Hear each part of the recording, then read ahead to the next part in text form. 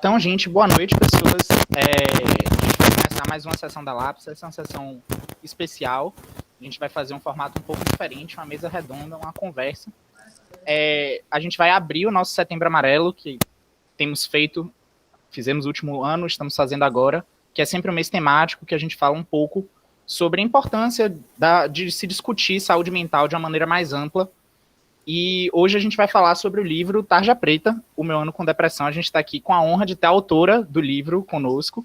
Então, no último ano a gente teve Clóvis de Barros Filho, agora estamos tendo uma autora publicada, Cecília Garcia Marcon, que também é podcaster, enfim, ela vai se apresentar. E contamos com a presença também da psiquiatra Mariana Fontes, do Spectros Med, que vai mediar a conversa aí. Aí vai ser um bate-papo entre essas duas pessoas maravilhosas que vocês vão conhecer mais adiante. Então, podem se apresentar. Pode ser primeiro você, Cecília.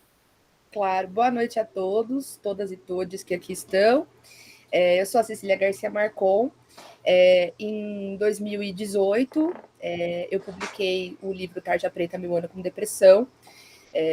O livro foi publicado logo quando eu estava começando o meu processo de desmame da medicação, então foi 1 ano e pouco de tratamento. E eu vou falar mais sobre isso aqui, que é o nosso foco. Eu também sou professora de ensino fundamental e de um cursinho popular. Sou professora de português e de inglês. Sou daqui de Campinas, no estado de São Paulo. Fiz toda a minha formação na Unicamp, fiz mestrado na Unicamp também. E aí eu tenho essa carreira paralela, digamos, como escritora, que é algo bem...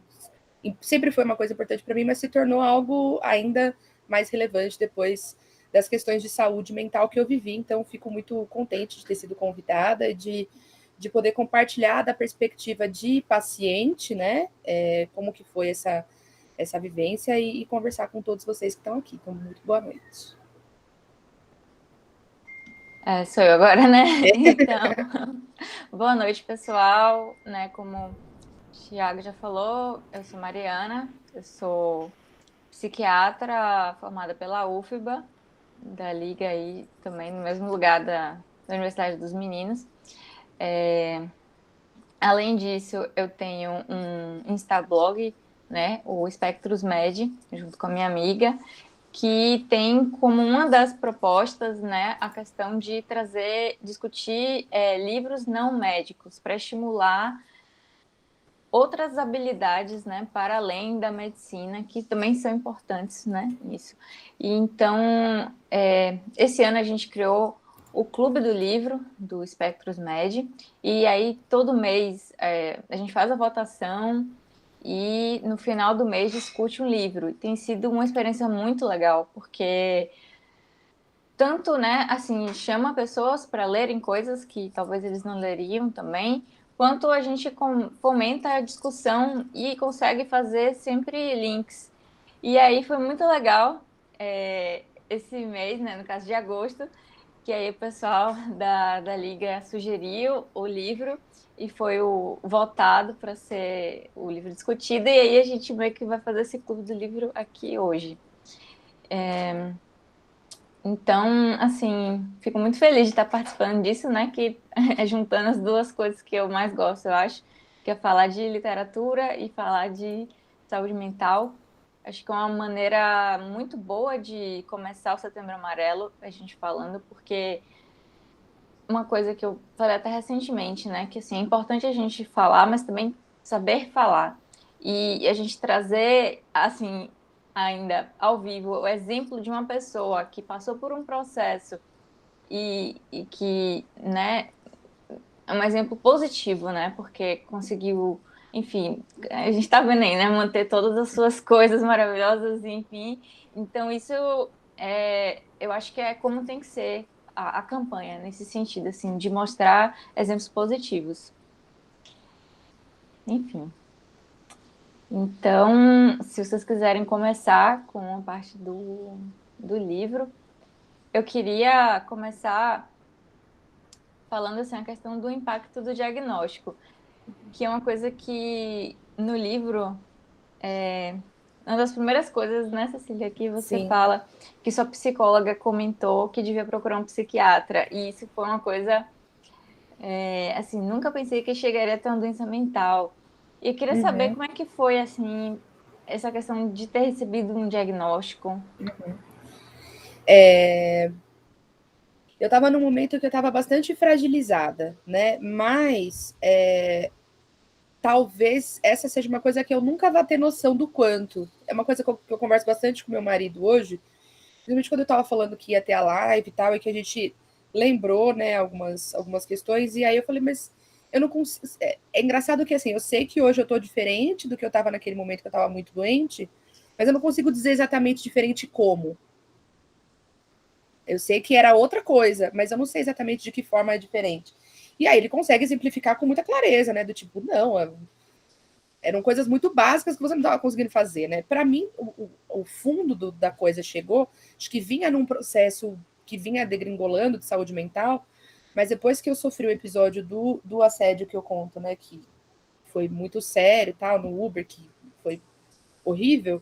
Dali, eu perdi a possibilidade de fazer qualquer coisa sozinha. Eu precisava de gente me supervisionando mesmo para não me machucar, né?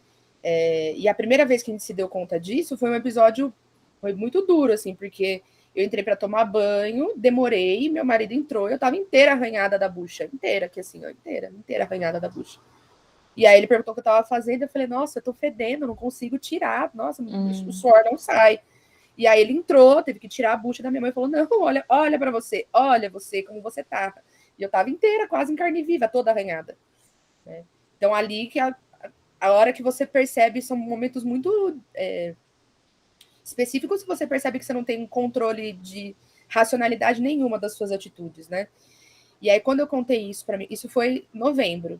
Quando eu contei isso para minha terapeuta, ela virou e falou assim: então a gente vai procurar um psiquiatra, porque fugiu do divã. Só que na psicanálise a gente não vai conseguir resolver, tá? Não vai ser suficiente. Você não tá dormindo, né? Você não tá se alimentando bem. Eu não tava dormindo mesmo, eu dormia no máximo 3 horas por noite, estourando. Não tava dormindo. Não tava me alimentando bem. E tava me machucando. Então aí perdeu, né? Não tinha como adiar mais.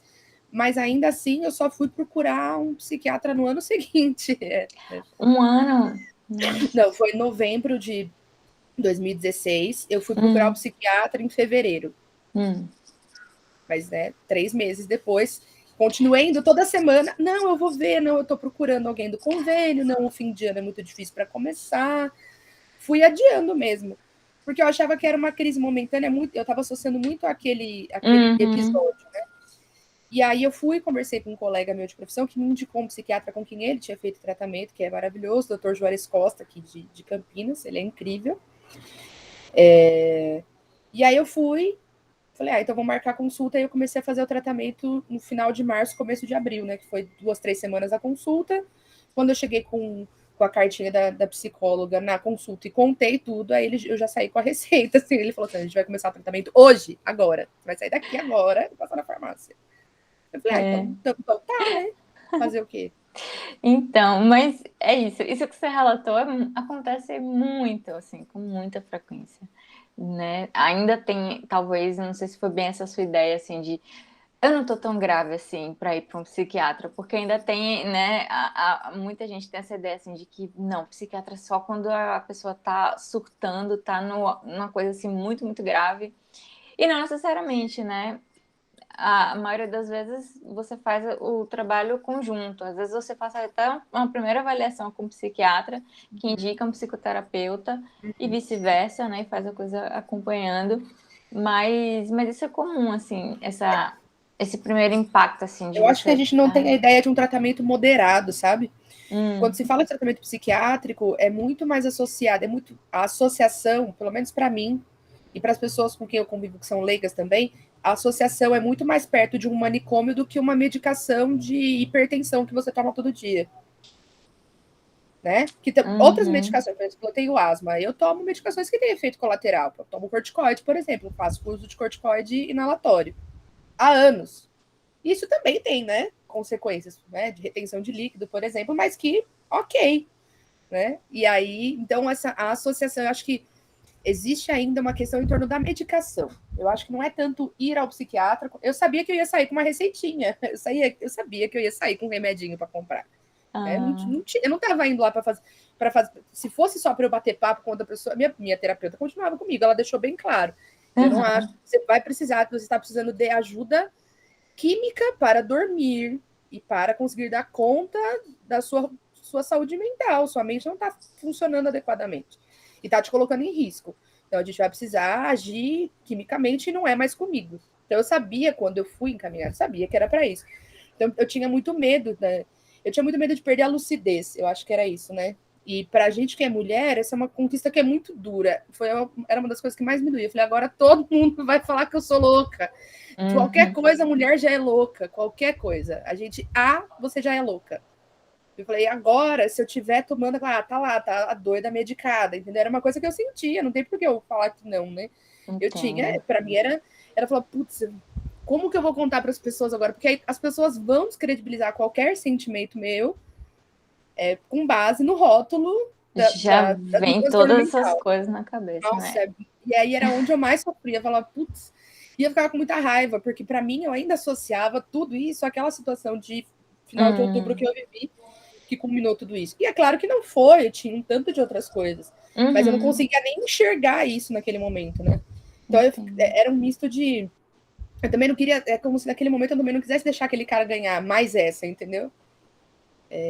Mas aí acabou que a hora que eu comecei o tratamento, enfim, aí muitas coisas foram mudando, né?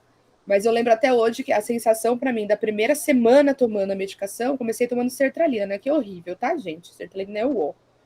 Mas a primeira semana foi ótima.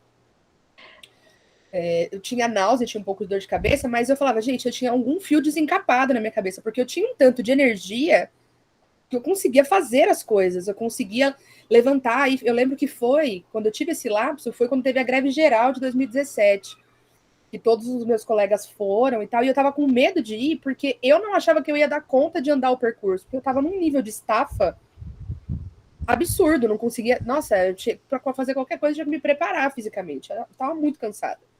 E eu falei, eu vou estar lá, é um percurso de alguns quilômetros que a gente vai andar, gritando, berrando, talvez fugindo da polícia. Eu falei, será que eu vou? E aí eu dei conta, cheguei em casa, tomei banho, fiz coisas ainda. Falei, gente, tinha algum fio desencapado na minha cabeça. É a única explicação, né? Porque era um contraste gigantesco, assim. Mas depois foi péssimo e eu acabei trocando a medicação, porque foi duro mesmo. Fiquei... Né, só falando algumas coisas aqui, né? Assim, primeiro, que bom que você não estava com receio de ir ao psiquiatra, porque ainda é uma coisa assim, por exemplo, quando às vezes a pessoa vai encontrar comigo no serviço de emergência, né? Que ele não sabe quem tá lá, toma um susto, fala assim, nossa, isso é muito normal.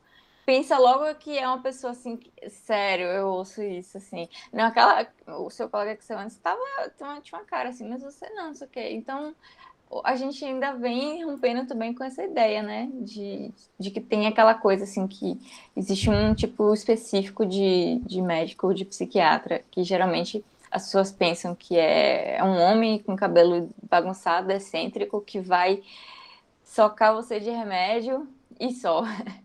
E não é bem assim, já, né? As mulheres já estão dominando a área da saúde de uma maneira geral.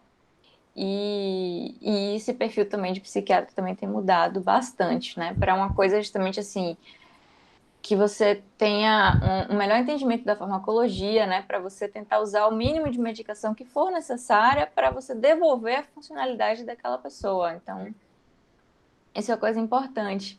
E uma coisa, assim, muito boa que você falou, né? Assim, que esse remédio é horrível.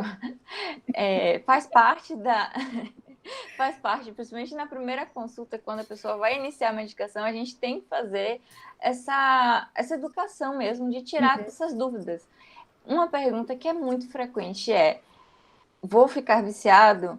Esse remédio vai me deixar sedado? Eu Perguntei tudo vou isso. engordar, essas coisas todas, e a gente tem que explicar. E tem que explicar também que não faz efeito na primeira semana, geralmente, né? Você vai ter esses efeitos colaterais, o que é que você pode fazer. Então, tudo isso faz parte. A gente tem que ter sempre essa noção de que você tem que fazer essa psicoeducação, porque a pessoa vê com aquele imaginário de que vou ficar dependente, vou ficar sedado, vou deixar de funcionar. E é isso. Às vezes a gente não acerta a medicação de primeira. Às vezes, justamente, né? no seu caso, tipo, a sertralina tem gente que super dá certo, funciona excelente, para outras pessoas não, e enfim, tantas outras medicações, mas aí Claro. é importante essa questão também da abertura, né? De você poder falar assim, olha, não foi bom, aconteceu isso, realmente fugir um pouco do que é esperado para um efeito assim colateral de medicação, então a gente tem que mudar. Mas essa questão do estigma do uso de medicação psiquiátrica ainda é bem frequente. Meu psiquiatra foi muito carinhoso e atencioso nesse sentido. Ele ficou um tempão, porque eu fiz muitas perguntas. Eu falei, olha, o meu pavor era ficar lenta, porque eu já estava irritada de estar precisando de tanto tempo para fazer as coisas pelo cansaço. E aí eu falava, eu tomava dois, né? Porque eu tomava sertralina e o alprazolam para dormir. Nossa, eu acho que eu vou ter que fechar meu vidro aqui, porque tá ventando muito, daqui a pouco vai derrubar minha câmera. Só um instantinho, gente. Tranquilo. Tranquilo.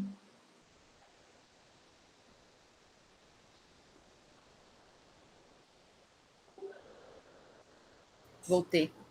Nossa, daqui a pouquinho a minha câmera ia tombar aqui. Eu tava vendo seu cabelo, assim, esvoaçando, achei que era ventilador. Não, aqui tá um calor absurdo e muito seco, né? Campinas é uma cidade muito seca. Mas o vento que tá vindo daqui a pouquinho vai bater na câmera aqui. Então, ele foi muito atencioso, assim, eu tinha muito medo dessa coisa da lentidão, né?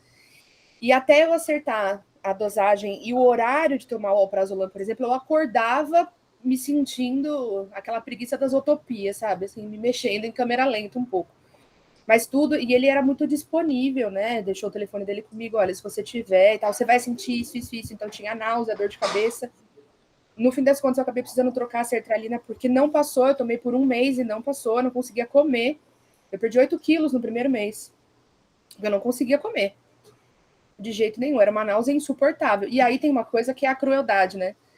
Mulher com náusea tá o quê? Grávida, óbvio, né? Só podia estar grávida. Era a única coisa que eu podia estar. E eu lutando pela minha vida para querer continuar vivendo.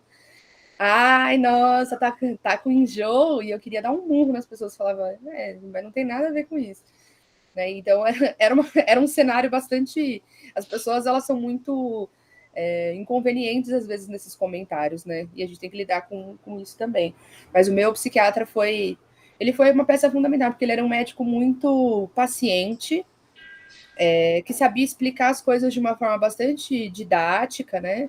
No sentido das sensações. Então, ele encontrava, acho que dentro da linguagem que eu falava, que era uma linguagem mais de literatura, aqui, do plano das ideias, das figuras de linguagem e tal, ele encontrava esse caminho para me explicar as coisas. Então, para mim, ficava sempre tudo muito claro. E eu sabia o que esperar, o que era normal e o que não era. Ó, se você sentir tal coisa por mais de tanto tempo, você vai ter que me avisar. Então, era um contato muito, muito claro. Eu acho que a grande sacada dele era conseguir acertar a linguagem comigo, tanto para me tranquilizar, quanto para me deixar muito ciente do que ia acontecer. Perguntar, e outra assim, né? Perguntar se eu estava disposta àquilo. Olha, você vai passar por tantos dias e não tem o que fazer. Vai ter isso, e vai ter isso, e vai ter isso. Você te interessa fazer esse tipo de tratamento? Ou a gente pensa em outra coisa, né? Que é uma coisa que poucos médicos fazem, na verdade, né? O tratamento é esse e acabou, não é? O tratamento é esse, te interessa esse tratamento? Ou esse tratamento, essa minha proposta de tratamento não te interessa? Vamos pensar em outra. É claro que tem horas que não dá para negociar, né? A coisa é o que ela é. Mas, pelo menos, esse tipo de conversa, ele te deixa participar, né? Acho que quando a gente está numa situação de vulnerabilidade de saúde mental, é muito importante a gente sentir que a gente ainda tem algum tipo de controle da nossa vida, né? Sim, com certeza. Então, esse tipo de diálogo me fazia ser alguém... Fazia com que eu me visse como alguém racional, capaz de tomar decisões ainda. Exato, e é isso, né? Ele respeitou sua autonomia porque você estava com ela preservada, apesar de, né, não tá fragilizada, mas você ainda podia decidir. Então, isso é super importante, né? Até para a questão da adesão, né? Porque uma coisa é, tome isso, outra coisa é você, não, entendo por que eu preciso. Isso muda tudo. E uma coisa interessante, já que você falou assim, né, dessas questões de apetite, de sono, É essa questão, assim, né, de que depressão, ela não é só tristeza. E tem uma coisa que você fala até aqui também, assim, né, que nem todos os dias eram ruins, nem todos os dias, nem todos os momentos, alguns, nem sempre era tristeza, mas cansaço, desânimo, um achatamento das cores. E é interessante você falar isso porque acho que, assim, de uma forma geral, né, a pessoa pensa assim que tá deprimido só quando a pessoa tá naquele estado que tá chorando muito e, e essa coisa assim que vem à mente, mas às vezes não, às vezes ela ainda tá conseguindo trabalhar com esforço, como você fala aqui, né, várias vezes, assim, que mesmo assim, sem aquela vontade que você tinha, você ainda estava conseguindo.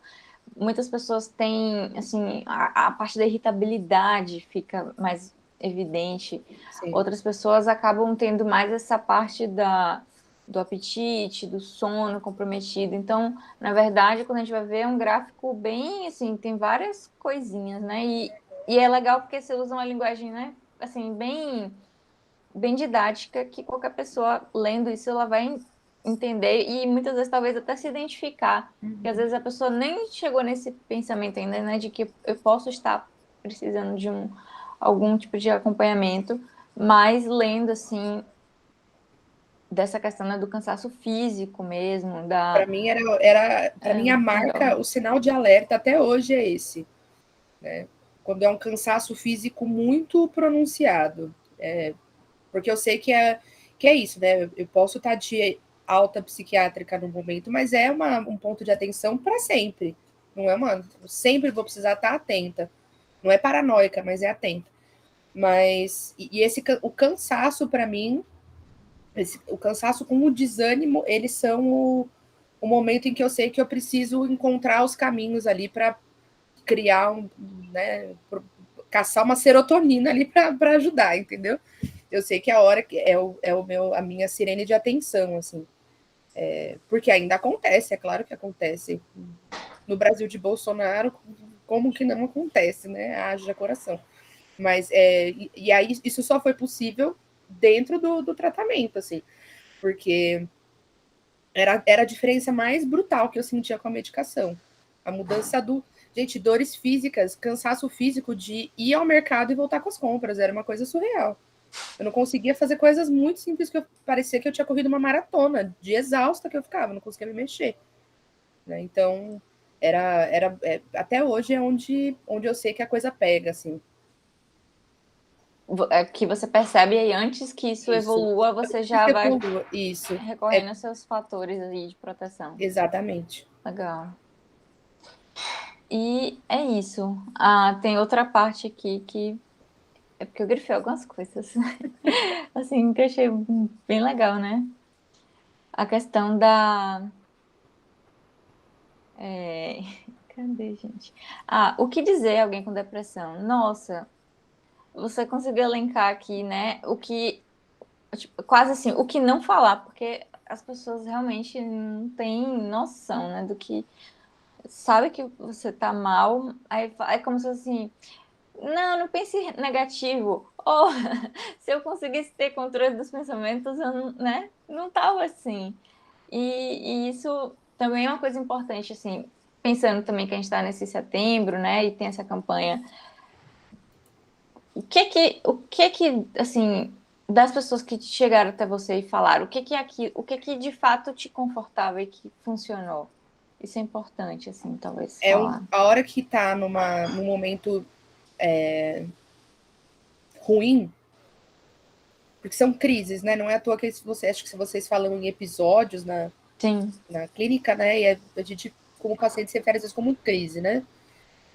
Ou às vezes os dois, enfim. Mas quando tá, para mim, eu chamo de crise. Então, tô numa crise, tô mal, não acordei bem, dormi mal, tô uns dias já dormindo mal, sei que tô numa semana esquisita. Primeiro, o que eu aprendi a fazer foi a verbalizar isso para as pessoas com todas as letras. Eu acho que isso é uma coisa que a gente pode encorajar as pessoas a fazerem mais. Esta não é uma semana que eu estou bem. Eu preciso ser vista com outros olhos. E para quem vai responder, é dizer: tudo bem, vamos passar por hoje. A nossa meta é passar por hoje. A nossa meta não é passar até 2022. Porque acho que é uma coisa que, quando a gente está num momento muito depressivo, a gente sente, é que a gente nunca mais vai sair daquilo, né? eu vou ficar assim para sempre, eu nunca mais vou conseguir fazer nada, não consigo resolver minha vida, né? Você fala de uma projeção de distância de tempo que não é nem saudável você pensar num momento em que você não está bem. Né? Então, vamos passar por hoje, tá? Você já comeu hoje? Vamos comer hoje. Ah, mas é porque eu tenho tal coisa sábado. Tá, mas vamos passar por hoje primeiro. Então, acho que é trazer o senso de urgência e de cuidado para perto, para uma coisa que esteja mais sob o controle. Isso era o que me ajudava de verdade a sair do looping de pensamento lá longe. Nossa, eu tenho que fazer tal coisa. Eu pensava, por exemplo, muito no meu mestrado. Eu não vou conseguir terminar o meu mestrado. Bem, mas você não precisa terminar ele hoje, não é verdade? Então, por que você está pensando nele agora? É um tipo de pensamento inútil, né? Que ele não tem nenhuma função de solução, né?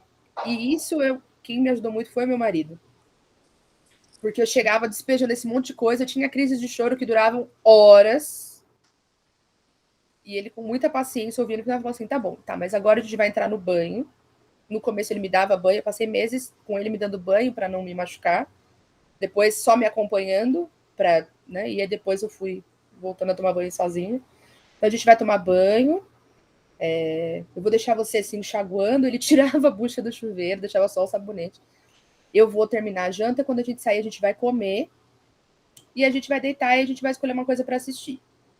É isso. São essas 3 coisas que a gente precisa dar conta. Então, acho que é reduzir essa projeção para longe, sabe? Porque a ideia do para sempre, do nunca mais, elas agarram na nossa cabeça. E é onde eu acho que, pelo menos para mim, era onde eu achava que o episódio piorava. Quando eu não via, porque aí você se vê sem esperança mesmo, falando, eu tô preso aqui, para que eu tô vivendo, para que eu tô fazendo isso, eu não tenho mais nada para fazer, vai ser para sempre desse jeito e acabou, não quero mais. Então, acho que essa mudança do olhar, da projeção, ajuda bastante. Bacana.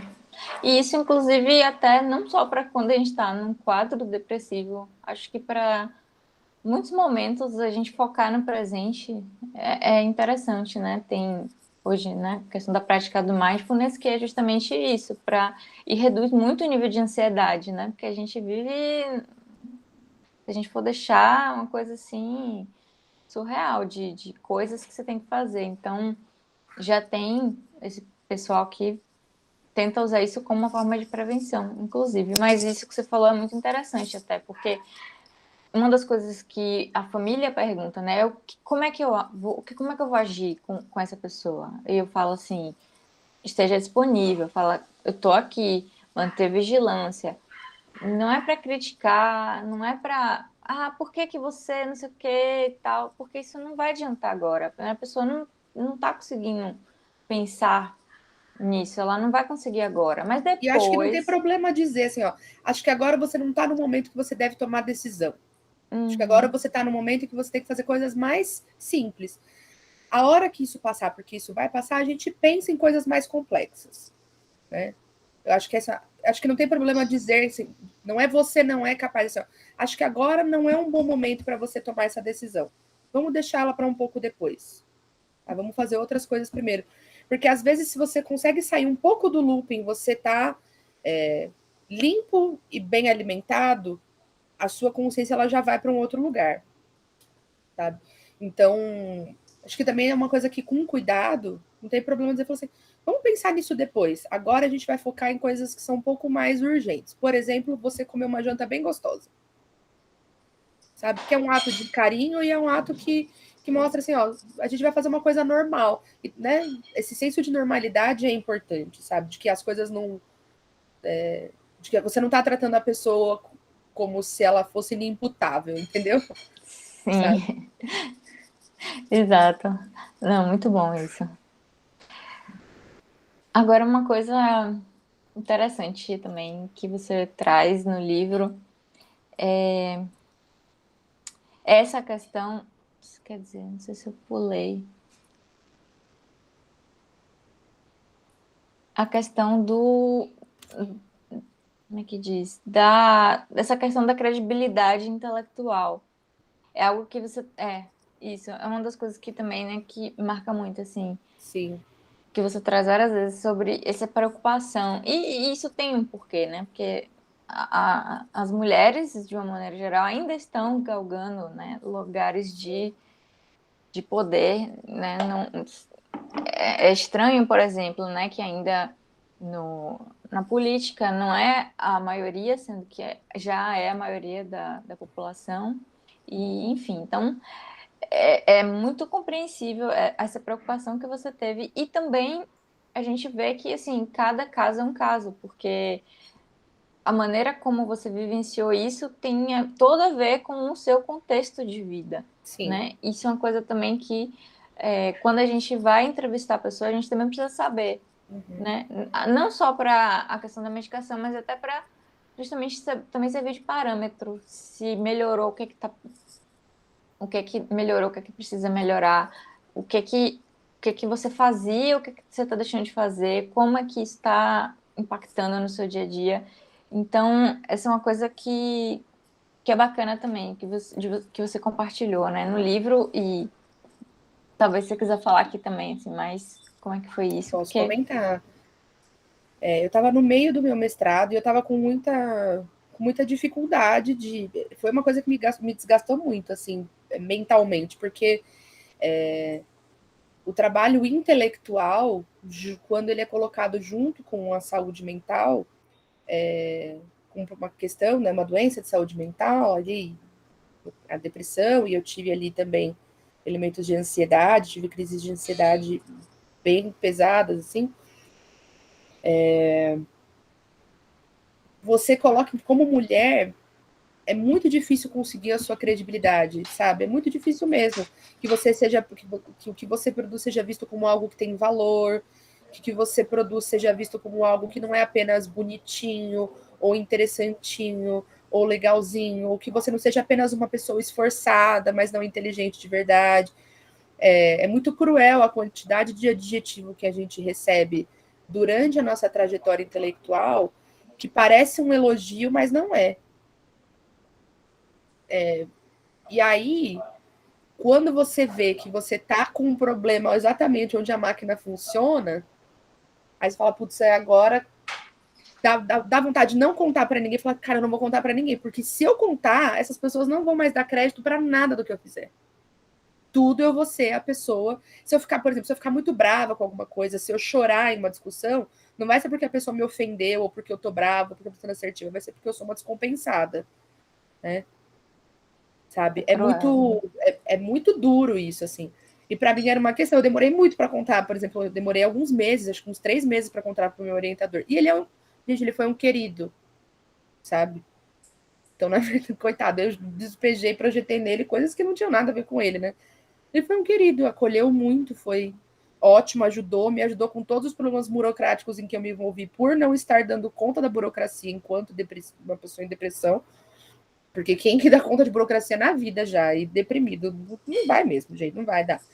Ele me ajudou com tudo, eu terminei o mestrado porque ele entendeu, né? E aí eu falava assim, mas eu juro que eu tô fazendo leitura, eu tô entendendo. Ele falou assim, mas eu sei que você tá, sabe, né? Eu sei que você tá conseguindo fazer.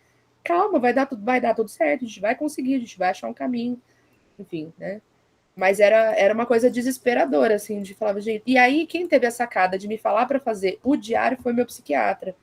Era algo que a minha psicóloga já tinha falado, né, sobre o quanto para mim a escrita ela funciona de uma forma que me ajudava a elaborar assim, né, até o inconsciente e tal. E aí teve um determinado momento do tratamento que eu tive problemas de memória, tinha lapsos de memória. Então eu estava no supermercado, daqui a pouco eu parava e falava, onde eu tô? O que eu vim fazer aqui? Eu tinha uns 2 segundos assim de lapso em que eu precisava me situar de novo assim. E quando eu contei isso para o meu psiquiatra, além de fazer alterações de dosagem, medicação e etc., ele fez essa proposta de que eu construísse meus dias com registros. Todo dia fazer um registro. Porque ele viu que era uma coisa que fazia sentido para mim. Escrever é uma coisa que faz muito sentido para mim, que é muito importante para mim até. E que eu não fazia há anos, né, em função de já estar entrando num processo depressivo. Eu já boicotava, que é isso, né? Você boicota a atividade que te dá prazer quando você está nesse tipo de embrólio, né? Ele falou, não, então anota, pega um caderno, guarda e vai anotando, anota o que você quiser, anota uma música que você, anota o que você quiser. E aí, depois de 6 meses, eu tinha um apanhadão que eu revisitei para montar os capítulos do livro, né? Mas essa escrita, ela me ajudou, inclusive, a perceber a riqueza verbal, intelectual que existia ali, e me ajudava numa organização mental, sabe? De lembrar do que tinha acontecido, de memória, de ordem, enfim. Então, foi bastante acertada a indicação, assim. Mas, de novo, porque ele, tanto a minha psicóloga quanto o meu psiquiatra tinham percebido que era a minha linguagem. Era onde eu ia conseguir fazer, sabe? Era onde eu ia conseguir me expressar. Foi num desses dias que saiu uma das coisas que eu fiquei mais contente de ter escrito no livro, que é a metáfora da piscina, de como eu senti os meus dias. Que era a ideia de entrar, de pular numa piscina e já começar o dia com a água na cintura. E atravessando e me arrastando e tentando ficar de pé, você encosta só o pezinho. E aí você termina o dia com a água cobrindo assim. E aí o que acontece? À noite é o momento de sair da água e correr a piscina inteira de novo, correr tudo por fora para mergulhar no dia seguinte. Né? E por isso que eu ficava tão cansada. Foi num desses momentos que saiu isso. E aí o dia que eu expliquei isso para ele, que aí ele falou, então, aí ele, esse tipo de relato que eu levava ajudava ele a entender melhor os meus sintomas. Então foi um processo importante mesmo, o diário foi fundamental, assim. Não, assim, muito interessante isso. Tanto nessa questão, né, da linguagem e aí a gente vê como juntar, né, aí já falando um pouco assim da questão, por exemplo, da gente estar aqui discutindo um livro, né, que não é uma literatura médica especificamente, já traz essa riqueza, que é isso que a gente vai... Isso é uma das coisas que vai fazer você, sabe, ter criar um vínculo bom e tudo mais. Essas sacadas, você, né, de você fazer essa vinculação com a realidade da pessoa. Então é muito, muito legal quando consegue. E isso vale para qualquer área que você fizer, não precisa ser só psiquiatria, não. Exato. Porque, né, por exemplo, não sei, uma pessoa que tá. Tem aquela escritora de cuidados paliativos, Ana Cláudia, né, que ela é sensacional. Ela consegue fazer isso muito bem, né, de trazer ela consegue ver a realidade do paciente e, no caso, fazer com que aquele processo seja menos sofrido possível. Então, muito, muito, muito bacana o que você falou. E essa questão também, né, da questão do fato de ser mulher, isso também é interessante. Esses dias eu até postei uma coisa assim que eu achei, assim, no mínimo curioso, que no mesmo dia eu atendi 3 mulheres diferentes e as 3 estavam com essa questão de estar sendo chamada de louca pelo marido, que usava aquilo como uma forma de oprimir, sabe? De não entender o processo que está passando. Inclusive, de até falar para os amigos, sabe? Como uma forma de brincadeira, invalidando aquilo. É complicado. E então, assim, até isso, né, a gente tem que também perceber. Às vezes dá para conseguir fazer uma psicoeducação com esses maridos, às vezes não. Então, quando não consegue, tentar pelo menos assim, olha, isso não, você não é louca nem nada, o que você está passando é completamente válido, isso vai passar. E tentar encontrar outras fontes de apoio, né? No caso, muito massa que seu marido foi essa pessoa, porque isso faz muita diferença no tratamento quando a rede de apoio ela é boa, mas às vezes não é todo mundo que encontra isso. E outra coisa interessante também é essa questão do lugar intelectual que a pessoa está, que é uma coisa que na residência eu achava que era o contrário, mas aí meu professor falou que às vezes, justamente, quando a pessoa ela está num lugar de poder, assim, digamos assim, é mais complicado para ela se reinserir no ambiente do que quem tem menos escolaridade, por exemplo. Por conta de tudo isso, entende? Vem todos esses pensamentos de pronto, agora não vou mais me respeitar e tudo mais. E sendo que, assim, no caso, né, a pessoa já bem controlada, ela volta a ser a pessoa que ela era, né? Não deixa de ser. Mas ainda tem todas essas coisas que vêm na mente. Então, o trabalho é bem extenso, assim, também. Tem que fazer toda essa psicoeducação. E aí entra também a questão, que foi um dos tópicos que eu coloquei, a importância da equipe, né? Dessa junção. Porque, como você falou, né, assim, foi legal a sua psicóloga ter tido essa percepção de que precisava unir forças. E, assim como outras coisas também, às vezes a gente precisa utilizar, né? Então, às vezes, nem, por exemplo, musicoterapia, para criança principalmente, né? Assim, arte terapia, tem algumas coisas que a gente acaba também utilizando que vai ser bom, vai ser um fator que depois pode ser até um fator de proteção e de prevenção de recaídas. Então, tudo isso, né? A gente vê, assim, no seu livro, representa isso tudo muito bem.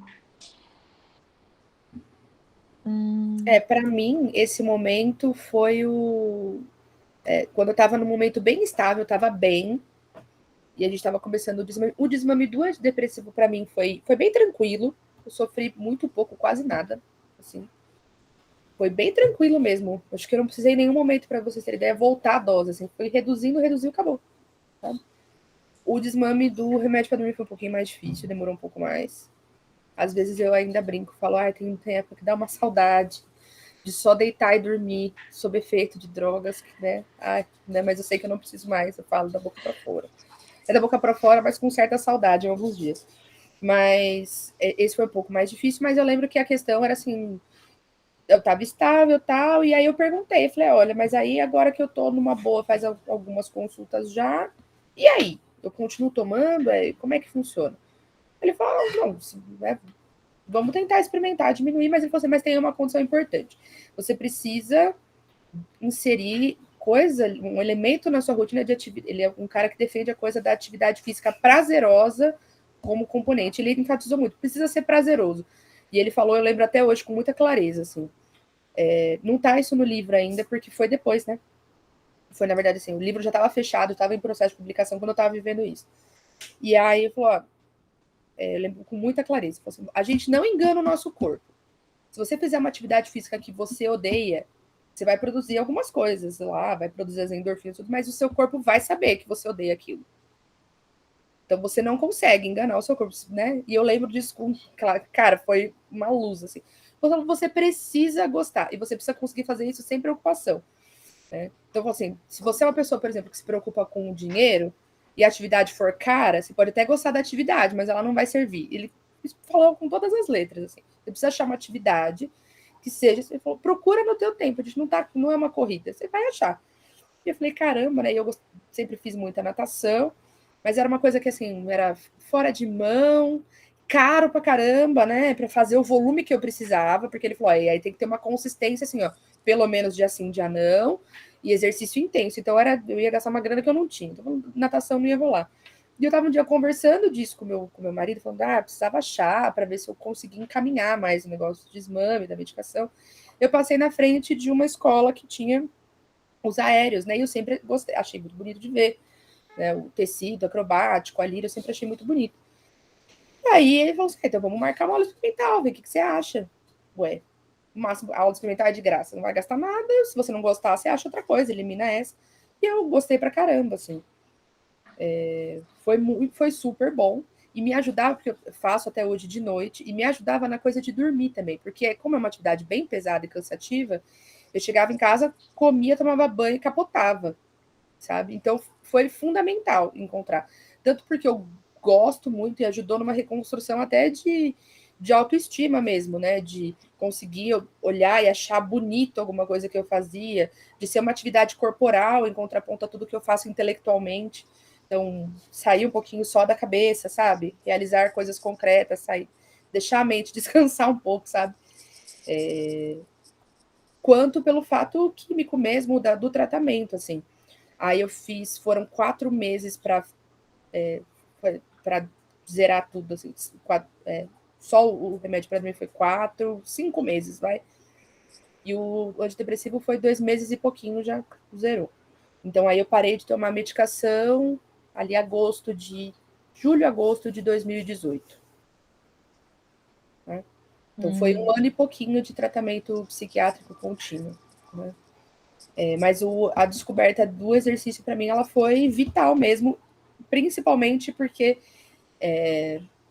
eu consegui encontrar esse caminho de entender o que eu precisava procurar na atividade.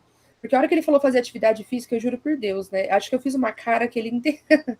Porque, gente, putz, e aí quando você é gordo, aí todo mundo fala que você tem que fazer exercício físico, sabe? Aí, putz, aí eu falo, putz, mas olha, e a ironia, né? O problema de saúde que eu tive, que foi o mais sério que eu tive até hoje, não tinha nada a ver com o meu peso, né? Nada. E aí eu falo, gente, meus exames são ótimos, minha glicemia é maravilhosa, meu colesterol, meu triglicérides, ó, baixíssimo, né? Minha pressão, 11/7, show, sabe? Não tem nada a ver, sabe? Não tem nada a ver. E aí eu virei e falei assim, ó, não, só lá vem mais alguém me mandar emagrecer, não quero, por favor, tenham dó. E aí acho que ele se ligou e falou assim, não tô falando pra você ir na academia nem no crossfit, não tô falando pra você, não é isso que eu tô falando. Aí eu falei, ai, ufa, né, doutor, pelo amor de Deus. Crossfit é duro. Se você quiser experimentar para ver se você gosta, eu falei, gente, eu trabalho numa escola. Só quem trabalha em escola sabe o quanto o silêncio é valioso, entendeu? Você acha que eu quero ir para um lugar que tem um monte de gente gritando em torno de mim? Pelo amor de Deus, tem dó. E eu não curto essa coisa da pressão, da competição, a gritar. Ah, eu não gosto. E aí ele foi que ele falou, olha, você precisa achar uma atividade, na próxima consulta a gente vai conversar, você vai me falar o que você está explorando, mas a condição é essa, ela precisa ser intensa, frequente e prazerosa. São esses 3 elementos que você precisa. E aí o prazerosa assim, é importante lembrar que a gente não engana o nosso corpo. Você pode até falar, não, nossa, tô ótima, mas se você não produzir, não tiver prazer ali, não vai produzir nada do que você precisa. E deu certo, assim, foi muito importante também. Massa. Não, isso é bem verdade. E, inclusive, já falando assim, né, da questão de prevenção, além da atividade física, mas a atividade física, né, é aquela coisa assim que a gente sabe que faz bem, mas para um monte de coisa, né? Tem um monte de estudo que mostra assim que ajuda em N coisas, mas talvez porque falte essa outra parte, né, de falar para as pessoas assim, não, mas ela tem que ser prazerosa, porque senão não se sustenta, né? Você faz por um tempo e depois desiste.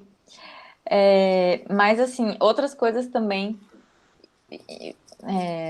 voltando assim para essa questão de prevenção, voltar aos hobbies, né? Ou encontrar hobbies que a pessoa goste também.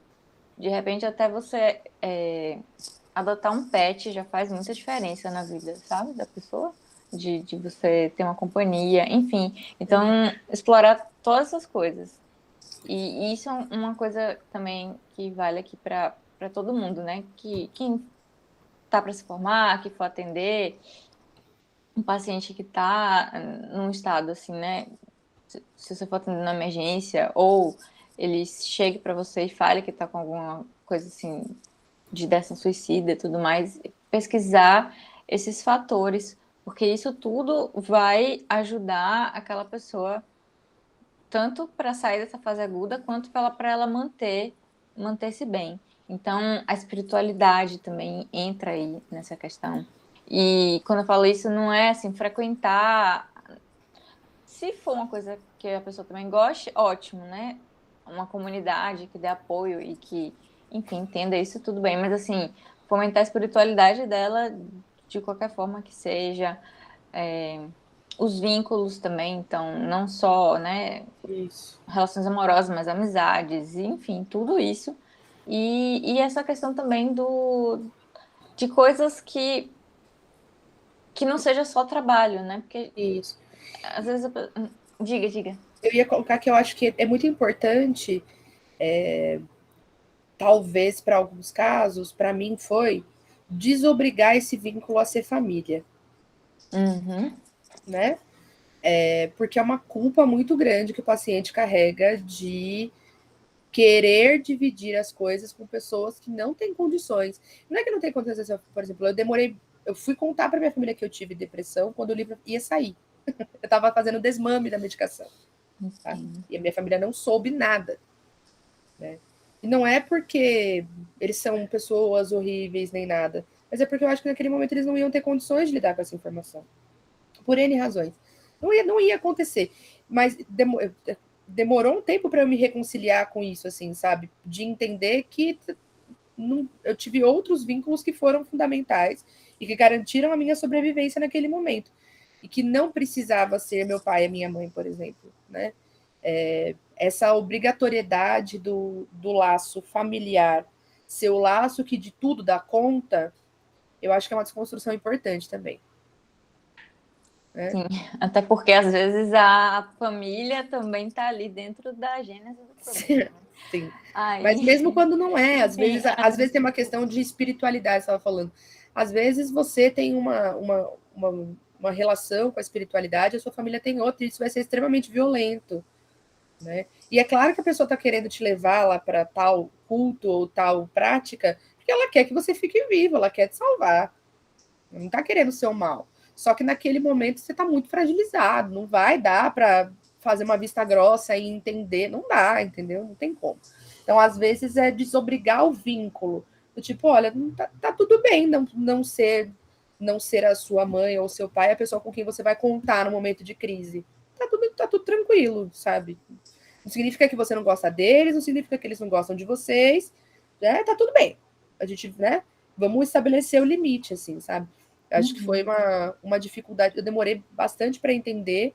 Depois que eu entendi, demorei bastante para me reconciliar com essa ideia de que eu tinha a minha irmã, que é muito próxima, mas e que sabia do andamento e tal. Mas foi duro lidar com isso, assim. Sou muito tranquila com isso, não mudaria nada. Se eu tivesse naquela situação, eu faria a mesma coisa de novo. Mas acho que é importante a gente desobrigar esses laços para que o tratamento fique mais leve também. Porque senão você se sente escondendo um segredinho sujo, sabe? Eu lembro que eu tive em junho, eu tinha começado a tomar medicação em abril. Em junho, minha família resolveu fazer uma festa junina lá em São Bernardo do Campo.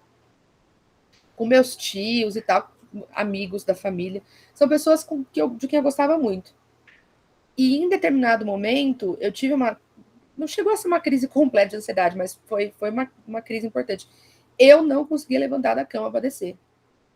E eu tava lá, ninguém sabia que eu tava da minha família, minha irmã sabia, meu marido tava comigo.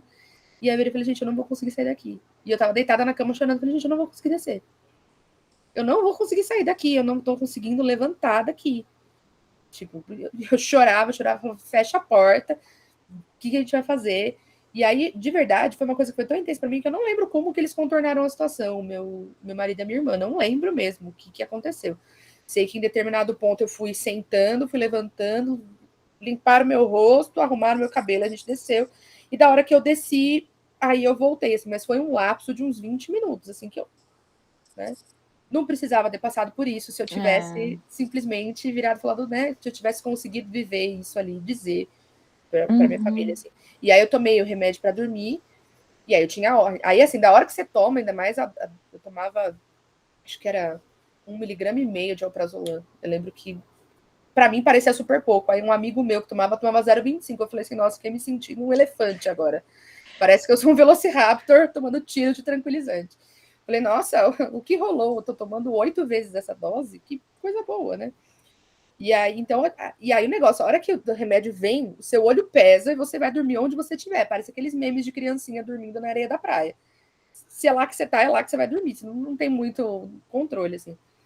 E aí eu lembro que rolou um desconforto, porque deu um determinado horário, eu tava pescando e eu precisava ir dormir, assim. Então, são coisas que, se você consegue contornar, você não precisa passar, né? Mas eu fiquei me sentindo muito constrangida depois, sabe? Então, essa obrigatoriedade dos laços familiares é uma questão, eu acho, ainda a ser desconstruída socialmente, assim, sabe? Interessante. Bem interessante você falar isso, até porque, às vezes, quando o paciente precisa de internamento, atualmente só aceitam, assim, que um familiar seja responsável. E isso, às vezes, pode ser bem complicado, realmente, porque, às vezes, não é o familiar a primeira pessoa, né? que a pessoa queira contar. Exato. Então, vale aí a reflexão. O que a gente pode fazer nesses casos? Bem complicado. Mas, enfim, assim, dos meus apontamentos, o livro era isso. Eu achei que foi super bom. Deu para falar bastante coisa. Enfim, e aqui uma coisa também que eu achei muito boa que você colocou, que para finalizar assim, né, que assumir minha depressão publicamente nesse livro é parte de um processo de fortalecimento interno. Eu transformei minha doença em alguma coisa. Eu construí algo, mesmo no momento mais difícil, na fase mais complicada da minha vida até hoje. Aí você fala assim, engraçado, escrevi essa frase e dei um sorrisinho. Eu acho que tive num relance orgulho do que eu posso ser, mesmo nos momentos mais desconfortáveis.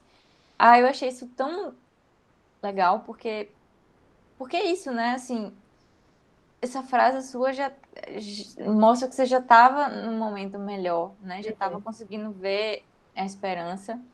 E essa coisa de você conseguir expressar aquilo que você está sentindo de uma maneira saudável. Também uma das coisas que como eu gosto muito dessa coisa de literatura, de artes, eu tento buscar o máximo, assim, poxa, você gosta de desenhar, então desenhe.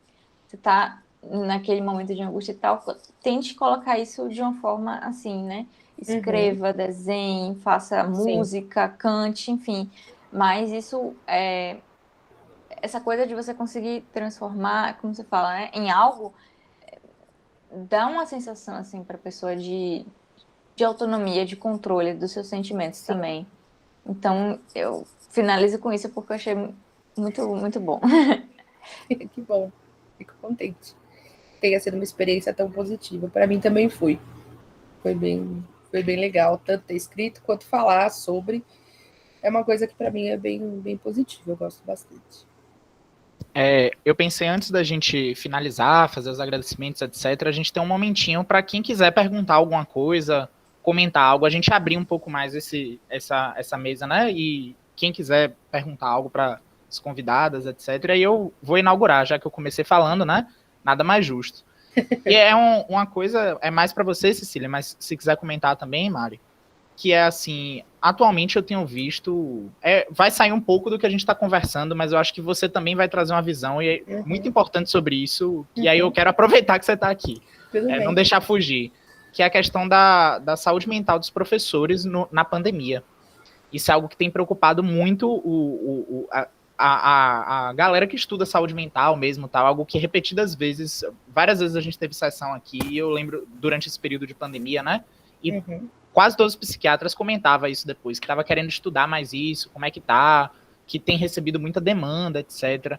E aí eu queria saber de você que passou por um processo há um tempo atrás, e aí agora veio essa pandemia, como isso afetou a saúde mental, a sua saúde mental, e como você vê isso mais como classe, assim, dos professores nesse momento.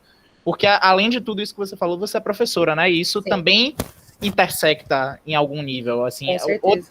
Uma outra dúvida, só aproveitando para você poder falar mais livremente, é que eu fico pensando nessa relação de professor, a ideia, eu imagino que deva ter uma ideia de passar um exemplo para os alunos. Não sei se isso se configura dentro da sua estrutura de pensamento, mas é algo que é possível, né? Sim. E aí, como é que foi se abrir publicamente, né, nesse sentido, na relação de como professora? É uma interseção que eu queria ouvir um pouco mais. Porque é algo que você traz muito no 30 Minutos, essa ideia de sou professora, e é uma coisa que eu ainda não consegui visualizar como isso se deu na sua relação. Tá, então eu vou do fim para o começo, tá? Vou começar pela sua segunda pergunta. Assim, meus alunos são crianças, tá? Teve aluno que era criança maior, que eu falo que eles são crianças maiores ou crianças menores. Tem alguns que eram crianças maiores e chegaram aí até o lançamento, que foi num shopping aqui da cidade, comprar o livro e ler, né? Mas eu não falei abertamente, porque eles são crianças mesmo, de 11 anos de idade, né? E aí tinha uma preocupação importante no sentido da credibilidade, né? Porque os pais são muito cruéis. Então, assim, agora eu vou falar da questão da profissão. A Vivi Morgado, que está aqui, que é uma grande amiga minha, que é professora também, a gente fala muito sobre isso. Eu amo ser professora, amo meus alunos, amo de paixão da aula. Muitas vezes tinha dia que o que me motivava era ir para fazer alguma coisa com eles, sabe? Porque Tinha uns dias, parecia que eles adivinhavam, eram umas ondas de carinho tão grandes, e você não tinha nem falado nada. Então, eles têm é uma coisa muito importante, é uma parte muito importante de quem eu sou. Ser professor é muito importante para mim. Mas os pais são infernais. Tá? Não todos, muitos pais são muito bacanas, etc., mas tem pais que são infernais.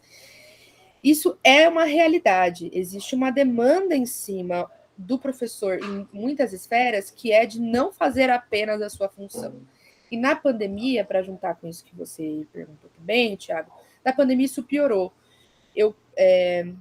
Não é apenas a demanda de todo mundo, né? A gente viveu Bom, se você ouve o podcast, você sabe que eu vou ver por esse viés, mas a gente vive uma exploração capitalista em que qualquer questão que pudesse ser economizada por parte do empresariado e jogada no trabalhador vai acontecer. Eu trabalho numa escola em que isso foi muito tranquilo.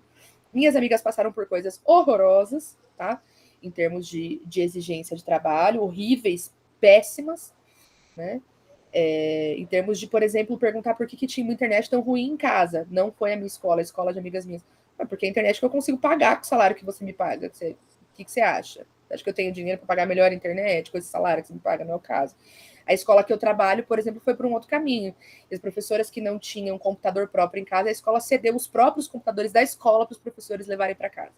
Então, nesse cenário, eu estou num lugar muito acolhedor, né? Preciso ser franca quanto a isso. Mas era muito doloroso ver o caos acontecendo, né? E aí, o que acontece? A sensação que eu tenho é que os professores passaram a ser exigidos, como todo trabalhador, muito mais na pandemia, mas que eu tinha a sensação de que eu tinha virado preceptora de alguns alunos, que eu não era mais professora. Estava vendo o dia que alguém ia me ligar para eu ir lá preparar um pão na chapa para o filho. Entende? Eu estava vendo o dia que isso ia acontecer. Porque eram coisas do tipo, é que eu não consigo acordar ele no horário. Será que se você conversar com ele, ele não acorda? Mas, sabe, acordar no horário, não. Despertar a criança, não.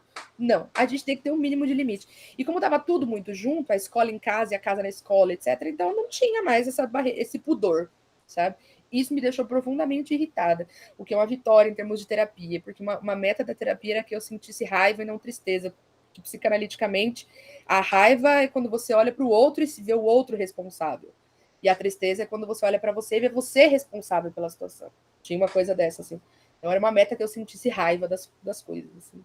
Que eu consegui evoluir bastante. Eu ainda sinto muita tristeza às vezes, mas raiva se tornou mais comum. Então dava uma situação que você começa a ser cobrado por coisas que você não tem como resolver. E aí, não tem como, eu não tenho como cuidar da rotina de 200 crianças. Não, é impossível para mim e não é para isso que eu sou professora. Então, para além de toda a questão social que me afeta, né, a situação do país e etc., com o meu posicionamento político e tudo mais, havia essa questão de uma demanda que mostrou que existe um funcionamento social que tá bambo aí, né?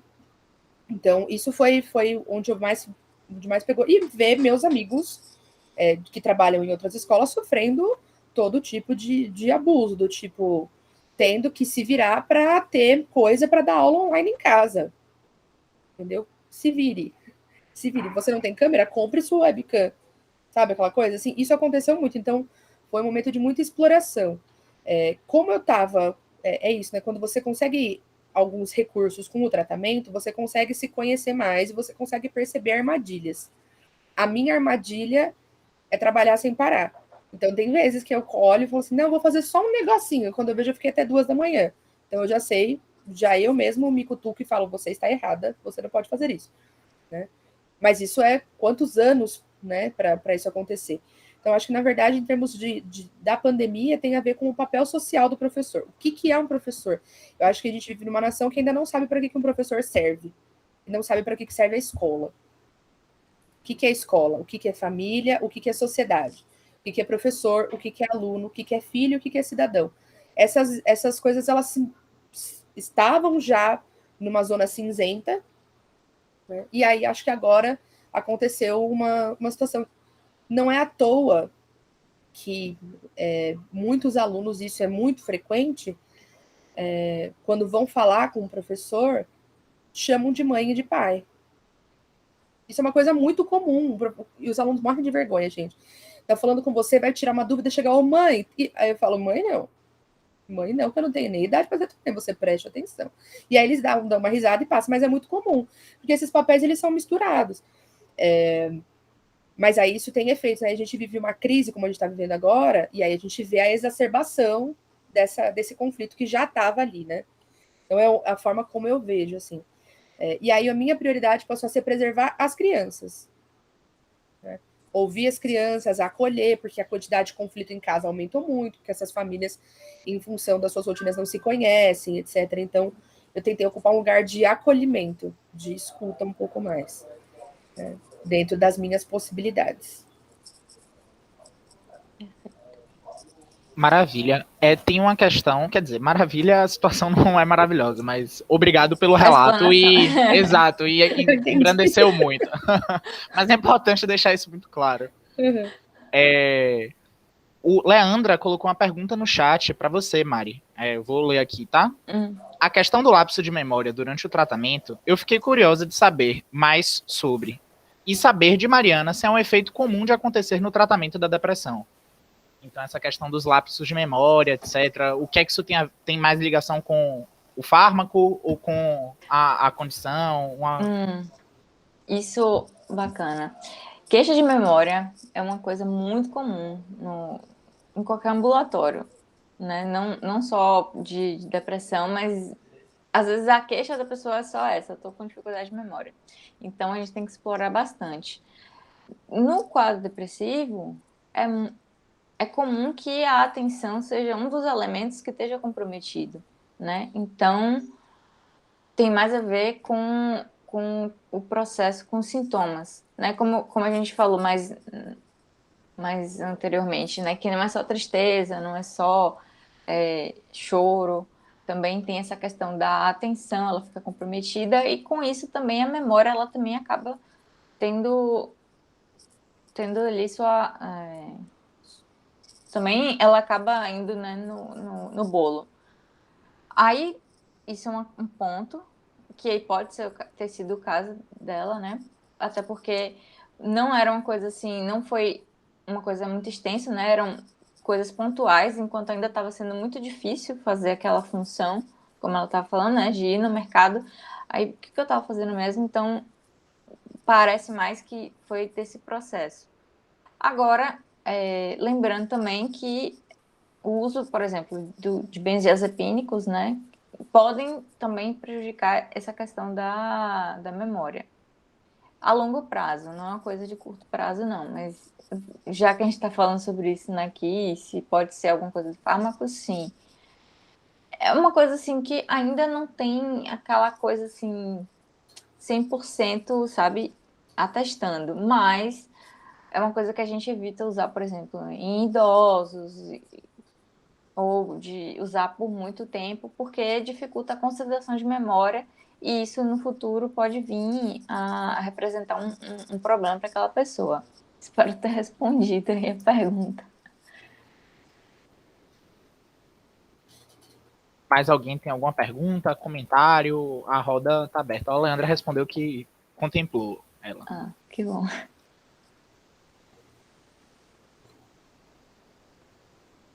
Então, eu acho que é isso. Né? Foi muito legal. Vai ficar gravado Vai ficar gravado onde? No canal de vocês? Isso, a gente vai colocar no YouTube. Normalmente, amanhã vai sair o vídeo já. Aí eu vou mandar, vai ficar para vocês disponibilizarem também onde vocês quiserem. Bacana. Então, vamos encerrar aqui a sessão. Vou passar para os recados finais, então, se quiserem falar um pouco sobre o que vocês estão fazendo agora, como acompanhar vocês, rede social, etc. O momento de jabá é esse. Amei. Pode ir primeiro, Mariana. Eu comecei nas apresentações, você começa na despedida. Tá, jó, então. Poxa, foi muito bom. É isso, como eu falei, né? Assim, eu adoro conversar e ver pessoas com outras vivências e entrevistar uma autora de um livro que fala sobre isso, né? Com certeza, eu não conhecia, eu passei a conhecer depois dessa enquete. Então, né, já é uma literatura que eu posso indicar para outros pacientes que estejam passando por esse processo, para eles também se identificarem, né, e ver que, poxa, a linguagem muito boa e tudo mais. Então, agradeço ao pessoal da Liga por ter, né, também feito esse link. E então é isso, assim, para quem quiser, né, participar desse clube que a gente faz, tem lá no @SpectrusMed, a página do Instagram, e lá tem o link que tem o grupo do Telegram, que é só do livro, do Clube do Livro. Então, todo mês a gente coloca lá, além da questão do livro, links que tem a ver e coisas do tipo. Então, fica aí o convite para quem quiser participar. Legal. Então, também gostaria de agradecer o convite. Eu sempre fico meio surpresa quando as pessoas falam da importância do livro e tudo, porque acho que eu ainda tenho um pouco de dificuldade de ver isso com uma relevância maior do que individual, né? Para mim foi um processo muito importante. Eu fico se servir como algum tipo de bálsamo para quem quer que esteja passando por isso, para mim é uma honra enorme. Então, queria de novo agradecer o convite. Quem quiser me seguir nas redes sociais é Cecilia.marcon no Instagram. Eu posto as minhas aventuras nos aéreos, eu faço umas acrobacias lá. Então, acabou que meu Instagram ele virou esse lugar assim, de eu fazer isso, né, para me manter ali nessa rotina de hábitos bons, sabe? E no Twitter são os meus hábitos ruins, porque eu arranjo briga com pessoas. Então, tem o Dr. Jack e o Mr. Hyde, né? Então, no Twitter, eu normalmente estou brigando com bolsominions, mas vocês podem me seguir também, é Ceci Marcon. E aí, vou ficar muito contente de ter vocês por lá. Vou colocar aqui no... O Thiago falou que pode, tá? Então, se não, né? Então, aqui eu vou fazer o meu merchanzinho. Eu vou colocar aqui uma outra produção literária que eu fiz, uma noveletinha, tá por R$ 2,99, uma publicação independente, que chama Não Se Pode Parar a Primavera, que foi um exercício de escrita do ano passado, que acabou virando uma coisa que eu gostei, e eu fui convencida a publicar, porque é uma história levinha, bonitinha, gostosinha de ler, assim. Então, quem quiser comprar, vou ficar muito feliz. Vou comprar a cada alguns livros, eu compro $1, vejam vocês, tá bem baratinho, tá por R$ 2,99. Então, aí, quem quiser, é uma história de ficção especulativa, né, de fantasia um pouquinho. Então, é uma historinha gostosa de ler. Tem o Tarja Preta, né, que está disponível só para o Kindle, né, atualmente, não tem mais o físico, mas também está disponível para quem quiser comprar. E eu estou no processo, eu terminei, né, eu continuei nessa questão da escrita, eu reincorporei a escrita como parte dos meus hábitos bons, digamos, e aí eu consegui terminar meu primeiro romance de ficção agora em julho, e eu vou colocar ele ali na Amazon também, na verdade, publicado para ver se rola aí para o prêmio Kindle. Depois, eu vou fazer isso hoje, depois da live, na verdade. Meus alunos não podem ver isso, eu deixei para o último dia. O prazo é até amanhã, eu estou publicando hoje. Deixei para o finalzinho, né? Mas é um livro que conta a história de um relacionamento abusivo de trás para frente. Então, a gente começa, é uma linha temporal contrária. A gente começa depois do término da relação e vai caminhando até para quando esse casal se conhece, mostrando aí essas ciladas ali emocionais que vão aparecendo. Então eu trabalhei bastante nessa escrita, é um processo que foi muito importante para mim. Depois eu vou divulgar o linkzinho lá, porque eu acho que ele fica publicado e eu vou deixar ele lá para quem quiser conhecer. Ele ainda está sem muita revisão, né, e tal, porque é um projeto, mas pelo menos a gente vai seguindo aí, tá? Então, vou colocar aqui também no chat do Instagram, né, que é Cecilia.marcon, e o Twitter, que é cecimarcon. Tem também o 30 Minutos, né, no Spotify. Então, e tem o podcast, que foi como o Thiago me conheceu, né? Que é o podcast 30 Minutos, o maior podcast de literatura do Brasil. A gente ficou em segundo lugar uma época por causa do Antônio Fagundes, né? Mas eu gosto de falar que é o primeiro porque a gente não tem a estrutura da Globo atrás, né? É fácil ser o primeiro quando você é o Antônio Fagundes, né? Vamos combinar? Francamente, não me considero, o Antônio Fagundes não está na competição. Então, se vocês quiserem ir lá em qualquer agregador de podcast, Deezer, Spotify ou outro agregador que você tenha, é 30, os dois algarismos, min de minutos. A gente fala de literatura sempre de uma forma bastante descontraída, e é um projeto que também é bem importante para mim aí, que eu toco faz quase 8 anos já. Então, quem quiser conhecer, vai ser um prazer. Maravilha, então. É joia, gente. Muito obrigado a todos que participaram. Vou interromper a gravação.